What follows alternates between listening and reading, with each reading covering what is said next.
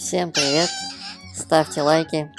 Мы, как и обычно, читаем нашу книгу «Башня с воспоминаниями». Глава 12 сегодня у нас. Несчастный случай. Если хотите узнать, что такое Терлоу Чампнес, то слушайте внимательно эту главу и ставьте лайки. А я начинаю читать. Глава 12. Несчастный случай. Солнце освещало фасады выкрашенных в постельные тона домов. Нарядно одетые семьи направлялись в церковь. Девочки в платьях по щиколотку и в соломенных шляпах канотье. Мальчики в пиджаках, жилетках и кепках. По дороге к Абигейт-стрит Нэнси видела покрытые лесом холмы и широкие поля, с которых ветер проносил душистый аромат весенней зелени. Нэнси не привыкла к свежему воздуху. Над лицом всегда висел фабричный дым и выхлопные газы от автомобилей и амнимбусов, и поначалу даже слегка растерялась. Виолетта с радостной улыбкой порхала рядом, словно птичка, которую выпустили из клетки. «Смотри!» – воскликнула она и указала на двух рабочих, которые опасно балансировали на стремянке, прикрепляя поперек улицы темно-синий баннер с изображением по краям серебристых комет с длинными хвостами. На фасадах многих домов пологой улицы висели яркие флаги и плакаты. Виолетта в припрыжку побежала мимо аккуратных строений с магазинами на первых этажах, так отличающихся от высоких готических зданий с башенками и шпилями в центре лица. Нэнси последовала за сестрой, но вдруг остановилась, и ее внимание привлек плакат в окне винной лавки, на крыльце которой человек с красным носом заделывал замазкой щели вокруг дверного проема. Космическая вечеринка. Мэр приглашает вас отпраздновать прохождение Земли через хвост кометы Галлея в среду, 18 мая, в Народном доме. К вашим услугам телескопы и бинокли. Дамы приходят в платьях цвета ночного неба. Деньги, заплаченные за билеты, будут направлены на благотворительные нужды. «Космическая вечеринка?» – с воодушевлением пробормотала Нэнси. Она читала в папиной газете, что такие праздники проводят во многих странах. В ту ночь, когда комета пролетит ближе всего к Земле, это случится через 3 дня. Торжества продлятся всю ночь. В Париже будут устроены катания на лодках по Сене. В Нью-Йорке танцы на крышах. Многие люди радуются прибытию кометы и ждут ее с нетерпением. Как из ряда вон выходящее событие. Жаль, что нельзя рассказать о вечеринке Джозефине. Пару недель назад подруга смело подняла руку в классе и спросила у учительницы, станет ли школа праздновать приближение кометы. Учительница, сдвинув брови, ответила, не может быть и речи, и настоятельно посоветовала Джозефине сосредоточиться на уроках игры на фортепиано, а не витать в облаках вместе с сомнительными небесными телами. Нэнси всецело разделяла разочарование Джозефины. Она и сама хотела бы побывать на такой веселой вечеринке. Виолетта, которая уже убежала далеко вперед, оглянулась и помахала Нэнси, и старшая сестра жестом попросила девочку подождать ее. «Что вы там делаете, мистер Томпсон?» Нэнси обернулась и увидела, как человек в темно-синем фартуке, несущий поднос с блестящими красными омарами, остановился около того, который замазывал щели вокруг двери.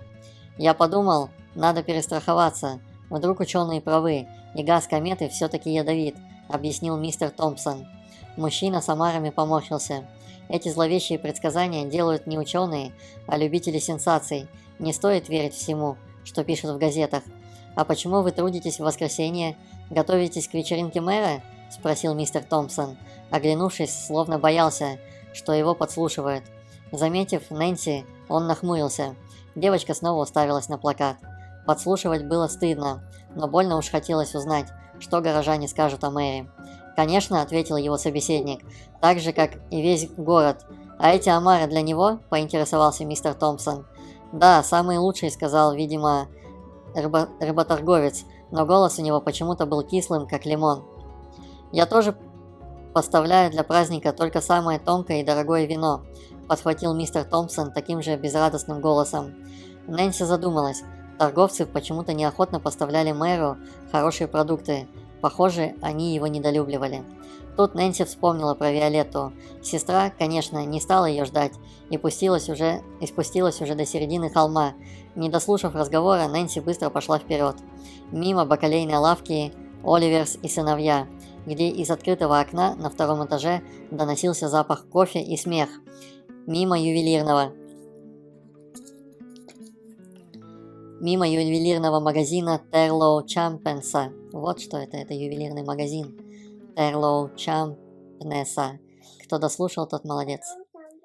Да, книжной лавки Грума, где владелец прикреплял серебряные картонные звезды на висящие в окне изображения звездного неба. И, наконец, мимо галантерейного магазина Кавендиша, где женщина мыла окно. Торговли в воскресенье, может, и не было, но в городе бурлила жизнь. Люди готовились к новой рабочей неделе и к предстоящему торжеству. «Подожди меня, Виолетта!» – окликнула сестру Нэнси, приближаясь к концу улицы и большим каменным воротам, которые, по словам дедушки, обозначали вход в ботанический сад. Но девочка не слышала или не хотела слышать. Она летела как ветер, не обращая внимания на то, что шляпка съехала на бок, косы растрепались, а гетры сползли к лодыжкам. Знаешь, что такое гетры? Это такие гольфы, длинные носки. Они почти до колена. А иногда, может, даже выше колена. Нет. «Виолетта!» — снова крикнула Нэнси, привлекая любопытные и неодобрительные взгляды мужчины и женщины в черных воскресных нарядах. Женщина с возмущением произнесла: «Я понимаю, когда буянят мальчики, но девочка, да еще и в воскресенье». Нэнси стиснула зубы. Мама доверила ей присмотреть за сестрой, и она ее не подведет. В конце улицы был перекресток. К нему приближался сияющий черный автомобиль. Но Виолетта, запрокинув голову, рассматривала флаги и баннеры и скакала дальше. Перед глазами Нэнси очень медленно разыгралась ужасная сцена. Крик водителя машины, когда он заметил девочку. Скрип тормозов на пыльной дороге. Душераздирающий крик Виолетты, упавшей на землю. Тесемки канатье развязались, и шляпка прокатилась по холму, будто маленькое колесо. Нэнси на ватных ногах подбежала к сестре. Только бы с ней ничего не случилось. Только бы с ней ничего не случилось. Отчаянно повторяла она про себя. Видишь, как на дороге опасно. Надо быть очень внимательным и не баловаться около дороги.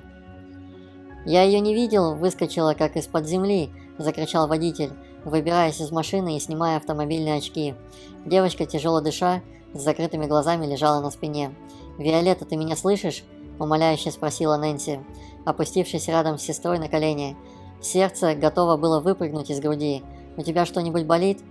Пара в черном, которая несколько мгновений назад осуждала поведение сестер, торопливо подошла и стала предлагать помощь. Виолетта открыла глаза и тут же заплакала. «Ой, Нэнси, ой, как болит локоть!» Рядом присел какой-то мальчик. Нэнси повернулась к нему. Это был тот высокий, тщедушный паренек, который вчера приносил дедушке провизию. Сегодня он был в коричневых твидовых брюках, жилетке и кремовой рубашке с закатанными рукавами. Мальчик беспокойно смотрел на Виолетту, которая пыталась встать.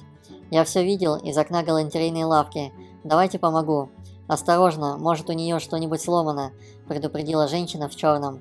Она вынула кружевной платок и стала изящно прикладывать его к носу, словно происшествие оказалось невыносимым для ее нервов. «Кажется, ничего не сломано», – дрожащим голосом проговорила Виолетта. «Пошевели пальцами на руках и ногах», – велел мужчина в черном костюме.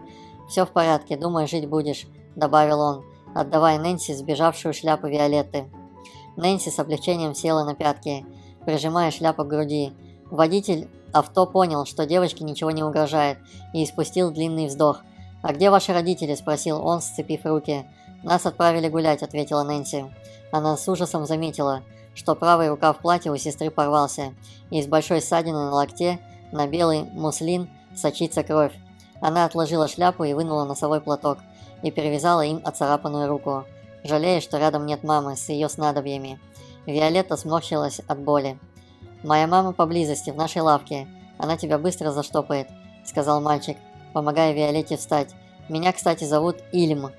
Как я понял из вашего разговора, ты Нэнси, а ты Виолетта. Мы уже встречались, да, Нэнси?» Нэнси кивнула и с уколом вины вспомнила строжайший мамин приказ ни с кем не разговаривать и не привлекать к себе внимания. Мало того, что Виолетта получила травму, так еще и этот мальчик узнал их имена.